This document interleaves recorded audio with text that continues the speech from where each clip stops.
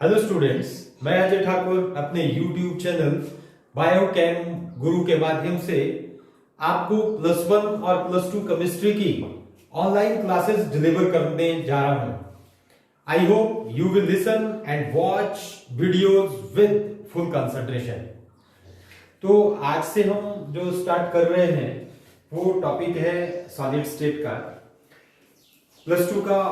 Plus two chemistry का first chapter है solid state. Solid state में हम देखो, सॉलिड स्टेट स्टार्ट करने से पहले मैं आपको थोड़ा सा याद करवाऊं तो प्लस वन की आपकी स्टेट्स ऑफ मैटर है। स्टेट्स ऑफ मैटर में आपने गैसियस स्टेट और लिक्विड स्टेट की हुई है और सॉलिड स्टेट जो है वो प्लस टू में है। ठीक है, तो जो गैसियस स्टेट है हमारे पास, देखो आपको गैसियस स्टेट का पता है। गैसियस स्टेट में क्या होता है कि जो गैसेस होती है हमारे पास, उनके पास गैसेस जितनी भी होगी have no definite volume and no definite shape. ठीक है, और गैसेस में जो पार्टिकल्स होते हैं वो बड़े दूर दूर होते हैं। ठीक है, और जो फोर्स ऑफ इंटरेक्शन होती है गैसेस मॉलिक्यूल्स के बीच में वो बिल्कुल ही weak van der Waals forces होती है। आगे आते हैं हम, देखो लिक्विड पे। लिक्विड में डेफिनेट वॉल्यूम तो होता है बट नॉट डेफिनेट शेप। एक डेफिनेट शेप जो है वो नहीं होती है। ठीक है, तो जो लिक्विड में पार्टिकल्स जो होते हैं वो एज कंपेयर टू गैस वो क्या होते हैं, थोड़े क्लोज होते हैं। ठीक है, और लिक्विड की कॉम्प्रेसिबिलिटी की बात करें तो कॉम्प्रेसिबिलिटी गैसेस में सबसे ज्यादा होती है, और जो लिक्विड होता है हमारे पास, देखो लिक्विड में कॉम्प्रेसिबिलिटी जो है वो थोड़ी कम होती है एज कंपेयर टू गैस। आते हैं जो हमारा जो फर्स्ट चैप्टर है, देखो सॉलिड स्टेट। सॉलिड स्टेट में जो सॉलिड होते हैं हमारे पास, उनके पास क्या होती है, डेफिनेट शेप होती है और डेफिनेट वॉल्यूम होता है। ठीक है, जैसे मैंने ये पेन पकड़ा हुआ, देखो ये पेन क्या है, सॉलिड है, इसकी एक डेफिनेट वॉल्यूम है और एक डेफिनेट शेप है। ठीक है, और सॉलिड में जो पार्टिकल्स होते हैं, देखो वो क्या होते हैं, वो सॉलिड्स में जो पार्टिकल्स होते हैं वो बिल्कुल ही क्लोजली पैक्ड होते हैं। ठीक है, तो जो क्लोजली पैक्ड होते हैं मतलब बिल्कुल क्लोज होते हैं, इनके बीच में वेकेंट स्पेस जो बिल्कुल ही कम होता है, तो करके सॉलिड क्या होता है, रिजिड होता है। ठीक है, और इनकी जो कंप्रेसिबिलिटी होती है, कंप्रेस करने की जो कंप्रेसिबिलिटी होती है वो क्या होती है, सबसे कम होती है। ठीक है, इवन हम बोलेंगे कि नेग्लिजिबल होती है सॉलिड में कंप्रेसिबिलिटी। तो आइए हम सॉलिड स्टेट को ही प्रॉपर्ली डिस्कस करें। सॉलिड देखो, फर्स्ट ऑफ ऑल आते हैं हमारे पास सॉलिड्स जो होते हैं। सॉलिड हमारे पास दो टाइप के होते हैं। एक क्या होता है, क्रिस्टलाइन सॉलिड, एक क्या होता है, एमोर्फस सॉलिड। ठीक है, तो क्रिस्टलाइन और एमोर्फस सॉलिड को देखो हम डिफरेंस में ही मैं आपको सब कुछ एक्सप्लेन कर दूंगा, और बोर्ड एग्जाम में आपको डिफरेंस आता है इसका कि what is the difference between crystalline and amorphous solid. तो हम देखो ये क्रिस्टलाइन और एमोर्फस सॉलिड है। क्रिस्टलाइन, एक साइड आपने क्रिस्टलाइन लिखना है, ठीक है, क्रिस्टलाइन सॉलिड, और दूसरी साइड क्या लिखेंगे आप, देखो एमोर्फस सॉलिड जो है इसको लिखेंगे। ठीक है, सेकंड साइड क्या आ जाता है, देखो हमारे पास एमोर्फस सॉलिड, एमोर्फस सॉलिड। ठीक है, तो फर्स्ट देखो, फर्स्ट क्या होता है, देखो आपने साथ साथ में नोट्स भी बनाते रहना है, जो नोट्स है वो भी करते रहेंगे आप। जो क्रिस्टलाइन सॉलिड है हमारे पास, देखो क्रिस्टलाइन सॉलिड में जो कंस्टिट्यूएंट पार्टिकल्स होती है, ठीक है, जो इसमें जो क्रिस्टलाइन सॉलिड होते हैं हमारे पास, उनमें फर्स्ट जो होगा, जो कंस्टिट्यूएंट पार्टिकल्स आपने क्या लिखना है, देखो in crystalline solid, in crystalline solid constituent particles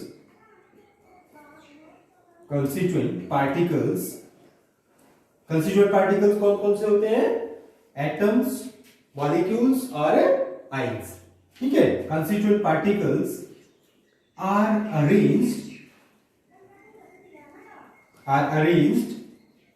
in regular manner। ठीक है, क्रिस्टलाइन सॉलिड में क्या होता है, देखो कंस्टिट्यूएंट पार्टिकल्स जो रेगुलरली मैनर होते हैं। वैसे ही आपने दूसरी साइड क्या लिखना है, देखो इन एमोर्फस सॉलिड क्रिस्टलाइन की जगह लिखना है in amorphous solid constituent particles are arranged in irregular manner. ठीक है, इसमें क्या होती है देखो, इरेगुलर मैनर में अरेंज होते हैं। इरेगुलर मैनर में क्या कंस्टिट्यूएंट पार्टिकल्स जो होते हैं वो इरेगुलर मैनर में अरेंज होते हैं। ठीक है, तो ये आ जाती है इरेगुलर मैनर में, मतलब कंस्टिट्यूएंट पार्टिकल। अब मैं देखो रेगुलर अरेंजमेंट और इरेगुलर अरेंजमेंट बताऊंगा आपको। ठीक है, सुबह आप देखो प्रेयर में खड़े होते हैं। प्रेयर में फर्स्ट ऑफ ऑल क्या होता है देखो, एक छोटा फिर बड़ा फिर बड़ा फिर बड़ा फिर बड़ा। ठीक है, दिस इज एक आप प्रॉपर रेगुलर अरेंजमेंट में खड़े होते हैं। ठीक है, तो उसको क्या बोलते हैं, रेगुलर अरेंजमेंट। यदि हम देखो वो रेगुलर अरेंजमेंट ना अपना के देखो, एक पहले छोटा खड़े फिर तीन बड़े फिर दो छोटे एंड सो ऑन, देखो एक इरेगुलर मैनर होता है। ठीक है, तो ये फर्स्ट डिफरेंस है देखो एमोर्फस सॉलिड। मैं आपको एग्जांपल दूं तो क्वार्ट्ज की आपने स्ट्रक्चर देखी होगी। जो क्वार्ट्ज होता है वो क्रिस्टलाइन सॉलिड में आता है, और जो क्वार्ट्ज ग्लास होता है हमारे पास देखो वो क्या होता है, एमोर्फस सॉलिड का एग्जांपल है। ठीक है, सेकंड आते हैं देखो, दीज आर ट्रू सॉलिड। ये क्या होते हैं देखो, दीज आर ट्रू सॉलिड। क्या होते हैं ये, ट्रू सॉलिड होते हैं, मतलब ट्रू सॉलिड होते हैं। ये क्या होते हैं देखो, these are super cooled, these are, आप ऐसे लिखेंगे देखो, these are super cooled liquid, super cooled liquid, these are super cooled liquid. और हम इनको क्या बोलते हैं, pseudo solid. Pseudo solid, pseudo का मतलब होता है डोंगी। ठीक है, झूठे सॉलिड। ठीक है, तो ये स्यूडो सॉलिड होते हैं, एमोर्फस सॉलिड। जो ग्लास होता है ना, शीशे होते हैं, यदि आप कई सालों बाद शीशे को देखेंगे तो शीशा ऊपर से क्या हो जाएगा, पतला हो जाएगा, और नीचे से क्या हो जाएगा, मोटा हो जाएगा। मतलब उसमें लिक्विड की तरफ कोई प्रॉपर्टीज होती है।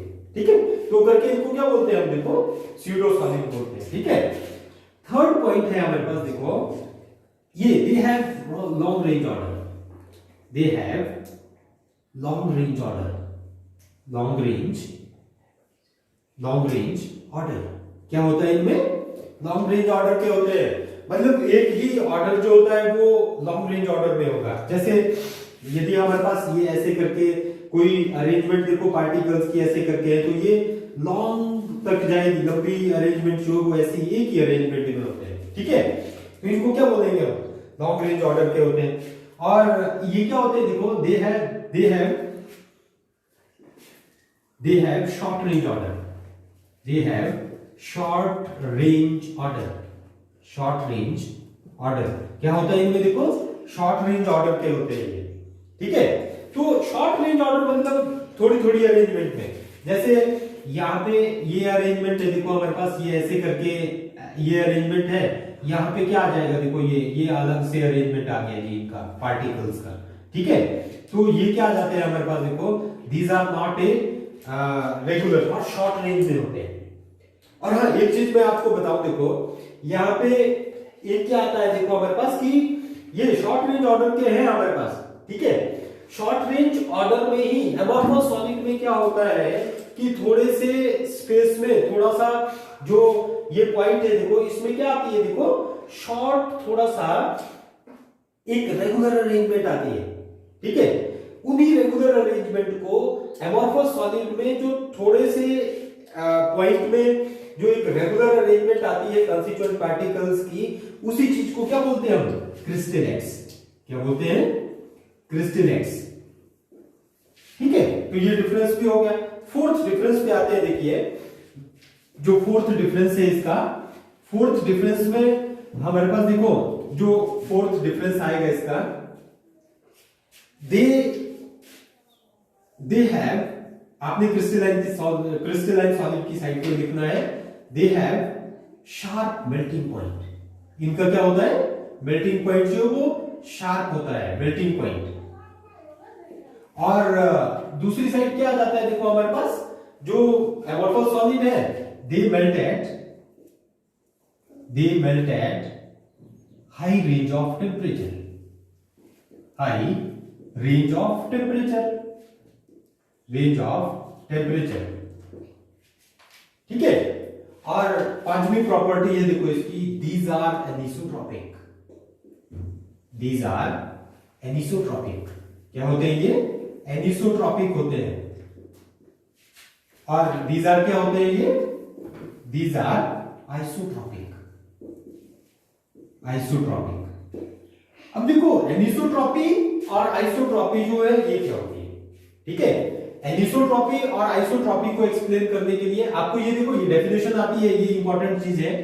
एनिसोट्रॉपी क्या होती है और आइसोट्रॉपी जो है वो क्या होती है, ठीक है। तो एनिसोट्रॉपी हम एक्सप्लेन करेंगे। देखो एनिसोट्रॉपी आपने लिखना भी है, ये नोट करना है। जो एनिसोट्रॉपी होती है, मैं इसको मिटा देता हूं, ठीक है। एनिसोट्रॉपी और आइसोट्रॉपी, ठीक है। एनिसोट्रॉपी देखो आपने लिखना है, एनिसोट्रॉपी क्या होती है, एनिसोट्रॉपी, ठीक है। इट इज द क्या होती है, ये प्रॉपर्टी ऑफ सॉलिड है, जिसमें क्या होगा देखो, इट इज दैट प्रॉपर्टी, या आप सिंपल लिख सकते हैं देखो इसकी कि in this, direct short definition लिखनी है, in this different physical properties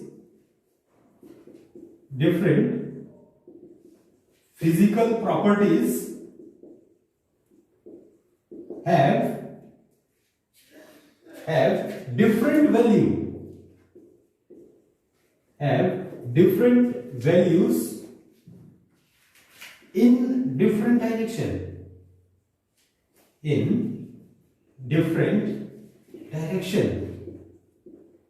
ठीक है।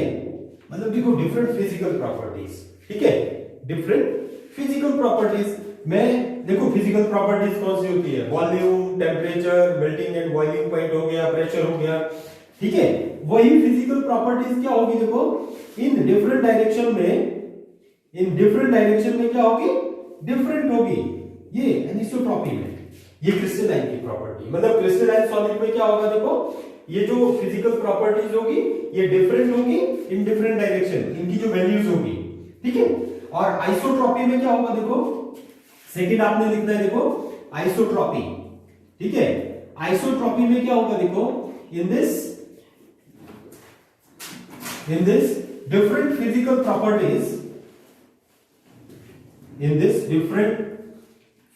प्रॉपर्टीज, आपने इसमें ही, मैं यहां पे लिख देता हूं देखो, एनिसोट्रॉपी की जगह आइसोट्रॉपी कर देता हूं, जल्दी हो जाएगा थोड़ा। Isotropy, in this different physical properties have same, ठीक है, same values in different direction, ठीक है। डिफरेंट डायरेक्शन में क्या होगी देखो, अब सेम वैल्यू होगी, ठीक है। ये क्या होगी हमारे पास, आइसोट्रॉपी, ठीक है। तो ये क्या आता है हमारे पास, क्रिस्टलाइन और एमोर्फस का डिफरेंस है, और ये बोर्ड एग्जाम में बहुत ही ज्यादा इंपॉर्टेंट है, और ये आता ही आता है क्रिस्टलाइन और एमोर्फस सॉलिड में। अब देखिए आगे हमारे पास क्रिस्टलाइन सॉलिड हमारे पास कितने टाइप के होते हैं, ठीक है। तो क्रिस्टलाइन सॉलिड को हम एक्सप्लेन करेंगे। देखो जो क्रिस्टलाइन सॉलिड है वो कितने टाइप के होते हैं, ठीक है। देखो क्रिस्टलाइन सॉलिड में, क्रिस्टलाइन सॉलिड, ठीक है, एक होता है देखो हमारे पास, फर्स्ट ऑफ ऑल जो क्रिस्टलाइन सॉलिड है हमारे पास, फर्स्ट क्या होता है, जैसे मॉलिक्यूलर सॉलिड है हमारे पास, ठीक है, मॉलिक्यूलर सॉलिड, ठीक है। दूसरा क्या आ जाता है हमारे पास, कोवेलेंट सॉलिड, तीसरा क्या आ जाएगा, मेटेलिक सॉलिड, ठीक है। और चौथा क्या आ जाएगा हमारे पास देखो, आयनिक सॉलिड, ठीक है। मैं इनको ज्यादा एक्सप्लेन नहीं करूंगा, वैसे आपको पता लग जाता है। देखो ये जो मॉलिक्यूलर सॉलिड है, ठीक है, जो मॉलिक्यूलर सॉलिड होते हैं हमारे पास, मॉलिक्यूलर सॉलिड्स में जो कॉन्स्टिट्यूएंट पार्टिकल्स होते हैं, मैंने आपको बताया देखो जो कॉन्स्टिट्यूएंट पार्टिकल्स होते हैं वो क्या होंगे, मॉलिक्यूल्स, है ना। मैं यहां पे लिख रहा हूं देखो कंस्टिट्यूएंट पार्टिकल, ठीक है, कंस्टिट्यूएंट पार्टिकल्स, ठीक है। यहां पे कंस्टिट्यूएंट पार्टिकल्स इसमें क्या होंगे, मॉलिक्यूल्स होंगे, ठीक है। और इसमें देखो फोर्स ऑफ इंटरेक्शन जो होगी, फोर्स ऑफ इंटरेक्शन, ठीक है, इंटरेक्शन बिटवीन द मॉलिक्यूल्स, ठीक है, इन मॉलिक्यूल्स के बीच में जो फोर्स ऑफ इंटरेक्शन होती है वीक वैन डर वाल फोर्सेस होती है, वीक वैन डर वाल फोर्सेस, ठीक है। और मॉलिक्यूलर सॉलिड का एग्जांपल तो देखो हमारे पास देखो ड्राई आइस बोलते हैं ना, ड्राई आइस है, ठीक है, ड्राई आइस इसका एक एग्जांपल है जिसमें CO2 का एक मॉलिक्यूल जो है वो दूसरे मॉलिक्यूल के साथ वीक वैन डर वाल फोर्सेस से जुड़ा होता है। डिफरेंट गैसेस होती है हमारे पास, देखो O2 है, ये गैसेस, इसमें गैसेस नहीं लेंगे हम, या इसको ड्राई आइस को ही ले लीजिए, ठीक है। कोवेलेंट सॉलिड में आ जाते हैं देखो हमारे पास एटम्स, ठीक है, atoms are the constituent particle, ठीक है। और इनमें जो फोर्स ऑफ इंटरेक्शन होती है वो क्या होती है, कोवेलेंट बॉन्ड होता है। क्या होता है, कोवेलेंट बॉन्ड, पढ़ाया आपने कोवेलेंट बॉन्ड। कोवेलेंट बॉन्ड क्या होता है, देखो जो बॉन्ड म्यूचुअल शेयरिंग से बनता है, ठीक है, तो उसको क्या बोलेंगे हम, कोवेलेंट बॉन्ड।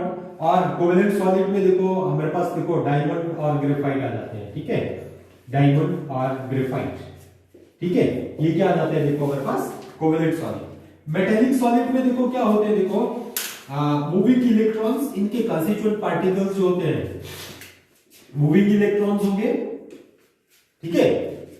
एंड दूसरे क्या होते हैं देखो होल्स और पॉजिटिवली चार्ज्ड कर्नल बोलते हैं हम इनको, है ना, पॉजिटिवली चार्ज्ड कर्नल्स, ठीक है, पॉजिटिवली चार्ज्ड कर्नल। ये क्या होते हैं हमारे पास देखो पॉजिटिवली चार्ज्ड कर्नल, ये हमारे पास देखो इनके कंस्टिट्यूएंट पार्टिकल्स जो है ये होते हैं किसमें, मेटेलिक सॉलिड में, ठीक है। और इनमें जो फोर्स ऑफ इंटरेक्शन होती है वो मेटेलिक बॉन्ड होता है, ठीक है, कौन सा बॉन्ड होता है, मेटेलिक बॉन्ड, ठीक है। जैसे हमारे पास देखो आयरन का जो सॉलिड होगा, कॉपर होंगे, गोल्ड होगा, ठीक है, ये सारे के सारे एटसेट्रा, ये क्या आ जाते हैं, इसके एग्जांपल आ जाते हैं, ठीक है। इसके इसी के साथ देखो आयनिक सॉलिड होते हैं हमारे पास, ठीक है, आयनिक सॉलिड, ठीक है। जो आयनिक सॉलिड होंगे उनमें जो बॉन्ड होता है या कंस्टिट्यूएंट पार्टिकल्स क्या होते हैं, देखो आयंस होते हैं, मतलब कैटायंस और एनायंस जो है वो प्रेजेंट होते हैं। और इसमें जो फोर्स ऑफ इंटरेक्शन होती है वो क्या होती है, जो फोर्स ऑफ इंटरेक्शन है आयनिक बॉन्ड होता है, ठीक है। और एग्जांपल क्या है, देखो आप नमक NaCl है, ठीक है, KCl है, CaCO3 है हमारे पास, एटसेट्रा, ठीक है, ये सारे के सारे क्या है हमारे पास, ये आयनिक सॉलिड जो ये आ जाते हैं, ठीक है। ये थोड़ी सी देखो ये क्रिस्टलाइन सॉलिड की ये एग्जांपल, ये मतलब टाइप्स है, मेटेलिक सॉलिड, कोवेलेंट सॉलिड और मॉलिक्यूलर सॉलिड और आयनिक सॉलिड, ठीक है।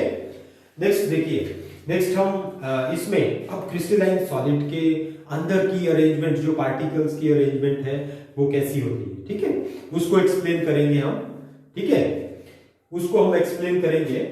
तो जो इसमें हम देखो डेफिनेशंस है और मोस्ट इंपॉर्टेंट डेफिनेशंस है।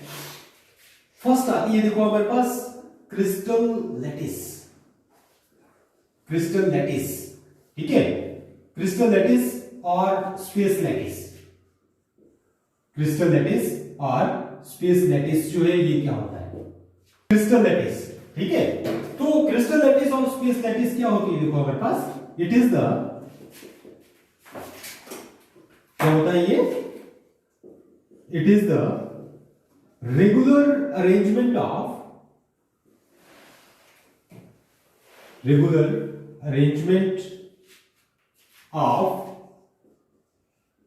constituent particle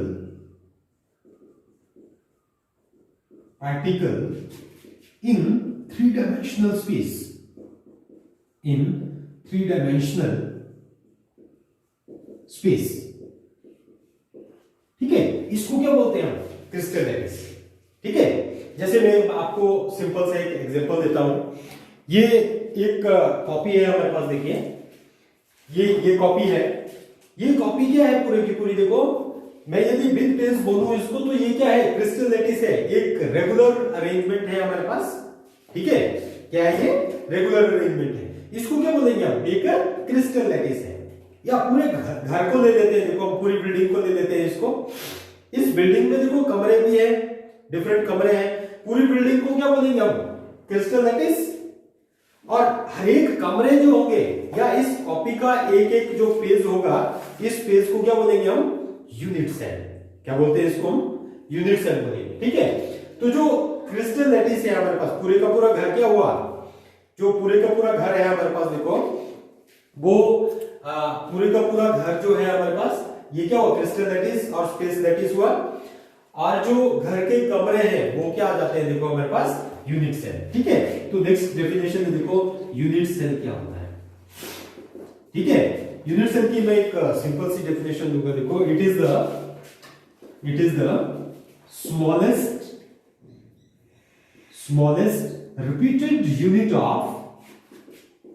repeated unit of crystal lattice or space lattice, crystal lattice or space lattice। ठीक है, क्रिस्टल लैटिस और स्पेस लैटिस। ठीक है, एक स्मॉलेस्ट रिपीटेड यूनिट है ये। ठीक है, यूनिट सेल। फर्दर देखो, यूनिट सेल जो है वो हमारे पास देखो कितने टाइप के होते हैं। मैं आपको देखो, यूनिट सेल है, यूनिट सेल जनरली दो टाइप के लेते हैं हम। एक क्या होता है? प्रिमिटिव यूनिट सेल, और दूसरा क्या आ जाता है? देखो हमारे पास नॉन प्रिमिटिव यूनिट और सेंटर्ड यूनिट सेल भी बोलते हैं इनको। ठीक है, सेंटर्ड यूनिट सेल ये आ जाते हैं। ठीक है, तो प्रिमिटिव यूनिट सेल क्या होता है? देखो, जो प्रिमिटिव यूनिट सेल है हमारे पास, प्रिमिटिव यूनिट सेल क्या होगा? आर दोज यूनिट सेल, या यूनिट सेल की मैं देखो आपको यूनिट सेल जो बनाना है आपने, वो ऐसे करके जस्ट लाइक क्यूब है। मैं आपको यूनिट सेल को ये ऐसे करके आपने इस यूनिट सेल को बनाना है। ठीक है, यूनिट सेल ये देखिए, ये मेरे पास डस्टर है। ठीक है, ये डस्टर भी क्या करेगा? एज ए यूनिट सेल का काम करता है, एज ए क्यूब का काम करेगा ये। तो जो क्यूब है हमारे पास, देखो क्यूब में कितने फेस होते हैं? 6 फेस। तो यूनिट सेल में भी क्या होंगे? हमेशा ही 6 फेसेस होंगे। कॉर्नर कितने होंगे? 8 कॉर्नर होंगे। ये कॉर्नर है हमारे पास, देखो ये, दीज आर द कॉर्नर्स। ठीक है, 8 कॉर्नर्स होंगे, 6 फेसेस बताए मैंने, 12 जो होंगी वो एजेस होगी। ठीक है, और जो बॉडी डायगोनल्स होंगे यूनिट सेल में वो 4 होंगे। ठीक है, इनको मैं बाद में एक्सप्लेन करूंगा, बट आपने ये यूनिट सेल देखो इस टाइप में होगा ये। ठीक है, इसकी ये एजेस है, देखो ये एजेस, ये। ठीक है, प्रिमिटिव यूनिट सेल क्या होता है? देखो हमारे पास, आपने लिखना भी यही है। ठीक है, नोट करना है, आर दोज यूनिट सेल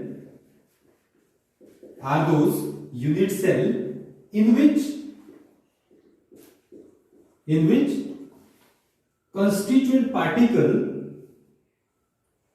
या आप एटम ही लिख लो शॉर्टकट में, है ना, in which atoms are present at each corner only। ठीक है, तो प्रिमिटिव और सिंपल यूनिट सेल, हाँ इसको हम सिंपल यूनिट सेल भी, सिंपल क्यूबिक यूनिट सेल भी बोलते हैं। तो जो सिंपल क्यूबिक यूनिट सेल है हमारे पास, देखो उनमें जो कंस्टिट्यूएंट पार्टिकल्स होंगे वो कहां पे प्रेजेंट होंगे? देखो ओनली कॉर्नर पे प्रेजेंट होते हैं। ठीक है, ये देखो यहां पे ये कंस्टिट्यूएंट एटम्स, मॉलिक्यूल्स और आयंस, कंस्टिट्यूएंट पार्टिकल्स ओनली कहां पे प्रेजेंट है हमारे पास?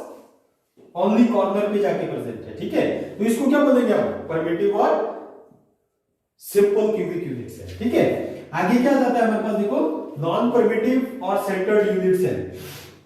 नॉन प्रिमिटिव और सेंटर्ड यूनिट सेल की मैं एक की डेफिनेशन लिख देता हूं। देखो, are those unit cell in which constituent particles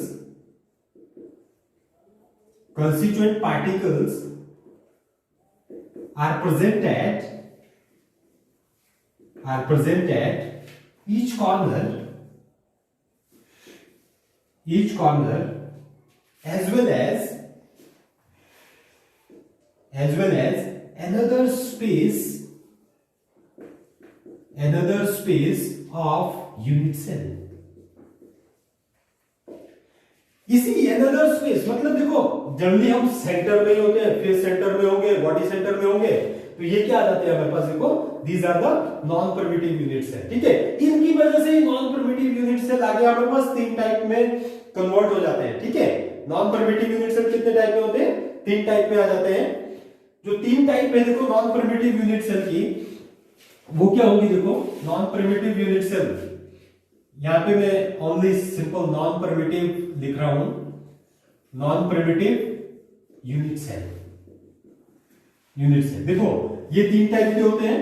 एक क्या होता है हमारे पास, body centred unit cell, body centred unit cell. ये क्या होता है, face centred unit cell, face centred unit cell. और ये क्या होता है, देखो end centred unit cell, end centred unit cell. आपने देखो अब इनकी डेफिनेशन भी लिखनी है। बॉडी सेंटर्ड यूनिट सेल, जो ये तीन टाइप के होते हैं। देखो बॉडी सेंटर्ड यूनिट सेल क्या होगा, देखो हमारे पास ये, इसकी मैं स्ट्रक्चर बना के बता दूं, देखो एक बार। बॉडी सेंटर्ड यूनिट सेल में जो कॉन्स्टिट्यूएंट पार्टिकल्स होंगे वो कहां पे प्रेजेंट होंगे, देखो कॉर्नर पे भी प्रेजेंट होंगे, मतलब ईच कॉर्नर पे तो प्रेजेंट होंगे ही होंगे। ठीक है, वो सभी में ही होंगे, फेस सेंटर्ड में भी होंगे, एंड सेंटर्ड में भी होंगे। ठीक है, कॉर्नर पे प्रेजेंट होंगे ही होंगे। बट एक एटम जो प्रेजेंट होगा वो कहां पे प्रेजेंट होगा, देखो बॉडी के सेंटर में जाके, यहां पे जाके प्रेजेंट होगा। तो इसको क्या बोला आपने, बॉडी सेंटर्ड यूनिट सेल। ठीक है, तो इसकी डेफिनेशन कैसे लिखेंगे, देखो are those unit cell, are those unit cell in which atoms are present at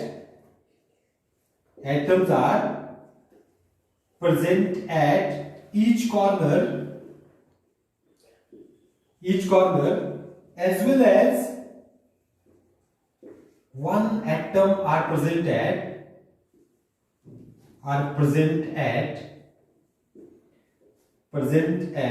body center of unit cell, body center of unit cell। ठीक है, तो इसको क्या बोलेंगे हम, देखो बॉडी सेंटर्ड यूनिट सेल। लग गया होगा पता आपको, है ना। मतलब बॉडी के बीचों बीच, जैसे एक कमरा है, कमरे में हम फैन लटका देते हैं। ठीक है, फैन कहां पे होगा, बीचों बीच होगा, तो उसको क्या बोलते हैं हम, बॉडी सेंटर्ड यूनिट सेल। ठीक है, वैसे ही हमारे पास देखो फेस सेंटर्ड यूनिट सेल आता है। ठीक है, फेस सेंटर्ड यूनिट सेल में क्या होगा, देखो जो फेस सेंटर्ड यूनिट सेल है उसके फेस में, ईच फेस में प्रेजेंट होंगे। और ये इंपॉर्टेंट है, जब तक आपको इनका पता नहीं चलेगा ना, तो आगे ये देखिए, ये फेस सेंटर्ड, ये यूनिट सेल है हमारे पास। ठीक है, इस यूनिट सेल में फेस सेंटर्ड में क्या होगा, देखो मैंने आपको बोला कॉर्नर पे तो प्रेजेंट होंगे हर एक एटम, ये atoms are present at each corner. ठीक है, कॉर्नर पे तो प्रेजेंट है ये। ठीक है, बट एक एक एटम जो होंगे वो कहां पे प्रेजेंट होंगे, centre of the each face. ठीक है, एक कॉपी दे देना। तो जो देखिए ये हमारे पास ये कॉपी है, माना इसको मान लेते हैं, देखो एक यूनिट सेल है, इस कॉपी को पूरे को क्या मान लिया हमने, यूनिट सेल। इसके कॉर्नर देखो यहाँ पे है कॉर्नर, एक कॉर्नर ये होगा, ये कॉर्नर, ये कॉर्नर, ये कॉर्नर, ये कॉर्नर, ये मतलब कॉर्नर पे तो एटम्स प्रेजेंट होंगे ही होंगे। ठीक है, और इसके सेंटर पे देखो एक, यदि यहाँ पे इसके इस फेस के सेंटर में यहाँ पे जाके प्रेजेंट है, तो दूसरा क्या है हमारे पास, देखो एक यहाँ पे जाके ये इसके सेंटर में जाके प्रेजेंट है। ठीक है, इस फेस के सेंटर में प्रेजेंट होगा, एक इस फेस के सेंटर में प्रेजेंट होगा हमारे पास एटम, एक इस फेस के सेंटर में प्रेजेंट होगा। तो ऐसे ही हमारे पास क्या आ जाते हैं, देखो ये सेंटर ऑफ ईच फेस में प्रेजेंट होते हैं। ठीक है, तो आपने देखो डेफिनेशन यहां तक ही एज इट इज रहेगी, कहां तक, एज वेल एज यहां तक, वन एटम आर प्रेजेंट। देखो एफसीसी मतलब फेस सेंटर्ड यूनिट सेल की डेफिनेशन आपने यहां तक एज इट इज लिखनी है, as well as one atom are present at centre, देखो प्रेजेंट एट, यहां पे क्या लिखना आपने, देखो face centre of unit cell, each face centre as well as, ठीक है, one atom are present at each face centre of unit cell, ठीक है, मतलब ईच फेज के सेंटर में। देखो ये एक फेज है, ये दूसरा फेज है, ये तीसरा, ये चौथा, पांचवा फेज जो वो हमारे पास ऐसे करके आ जाएगा। देखो ये फेज है, इस फेज का सेंटर यहां जैसे होगा, ये पीछे वाला अपोजिट फेज जो होगा इसका सेंटर यहां जैसे होगा, ठीक है। तो ये क्या होते हैं हमारे पास, देखो फेज के सेंटर में, मतलब ये फेज सेंटर्ड यूनिट सेल है। वैसे ही हमारे पास देखो एंड सेंटर्ड यूनिट सेल है, ठीक है। एंड सेंटर्ड यूनिट सेल में क्या होता है कि एटम्स जो होंगे वो कॉर्नर पे तो होंगे ही होंगे, atoms are present at each corner as well as one atom are present at centre of two opposite face, ठीक है। एक एक एटम कहां पे, देखो ये कॉर्नर पे तो प्रेजेंट है ये, ठीक है, ये कॉर्नर पे प्रेजेंट है, ठीक है। एक एटम यदि इस फेस के सेंटर में जाके प्रेजेंट है, ठीक है, तो जो दूसरा एटम होगा इसका जो अपोजिट फेस है, या हम कई बुकों में ऐसे भी दिया हुआ है कि एडजेसेंट फेस होगा, एडजेसेंट फेस देखो ये कोई भी हो सकता है, ठीक है। तो दो अपोजिट फेस जो है इसके सेंटर में जाके यहां पे एटम प्रेजेंट होंगे, तो इनको क्या बोला आपने, इसको क्या बोला, एंड सेंटर्ड यूनिट सेल, ठीक है। इसकी डेफिनेशन भी आप ऐसे ही लिखेंगे, देखो यहां तक तो ये सेम ही है, are those unit cell in which atoms are present at each corner as well as one atom are present at centre of two opposite face. क्या लिखेंगे हम, एट सेंटर ऑफ, देखो one atom are present at centre of two opposite face,